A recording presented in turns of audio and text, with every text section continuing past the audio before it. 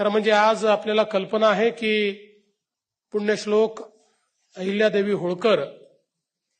यांच्या त्रिशताब्दीच्या निमित्ताने रामभाऊ शिंदेंनी आम्हाला कल्पना दिली की आपण त्यांच्या जन्मगावी चौंडीला महाराष्ट्राच्या मंत्रिमंडळाची बैठक घेतली पाहिजे आणि त्या संकल्पनेला अनुसरून आज आपण चौंडीला तशा प्रकारची बैठक घेतली। या बैठकीमध्ये अनेक महत्त्वाचे निर्णय आपण घेतले।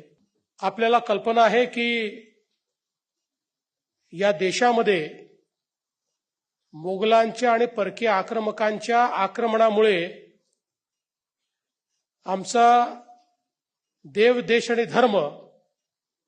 हा नष्ट व्हायला लागला होता। आमची जी प्रेरणास्थळं आहेत, आमची जी तीर्थस्थळं आहेत, त्याचा विनाश करण्याचं काम हे परकीय आक्रांत्यांनी केलं होतं आणि त्यावेळी पुण्यश्लोक अहिल्यादेवींनी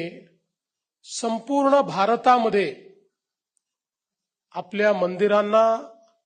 आपल्या धार्मिक संस्थांना मदत केली, त्याची पुनर्बांधणी केली आणि आपला धर्म आणि आपली संस्कृती पुन्हा जिवंत करण्याचं काम हे अहिल्यादेवींनी या देशामध्ये केलं आणि म्हणूनच त्यांचे जे उपकार आहेत ते आपण कधीच विसरू शकत नाही। आज आपण काशी विश्वनाथाचं मंदिर पाहतोय, पूर्णपणे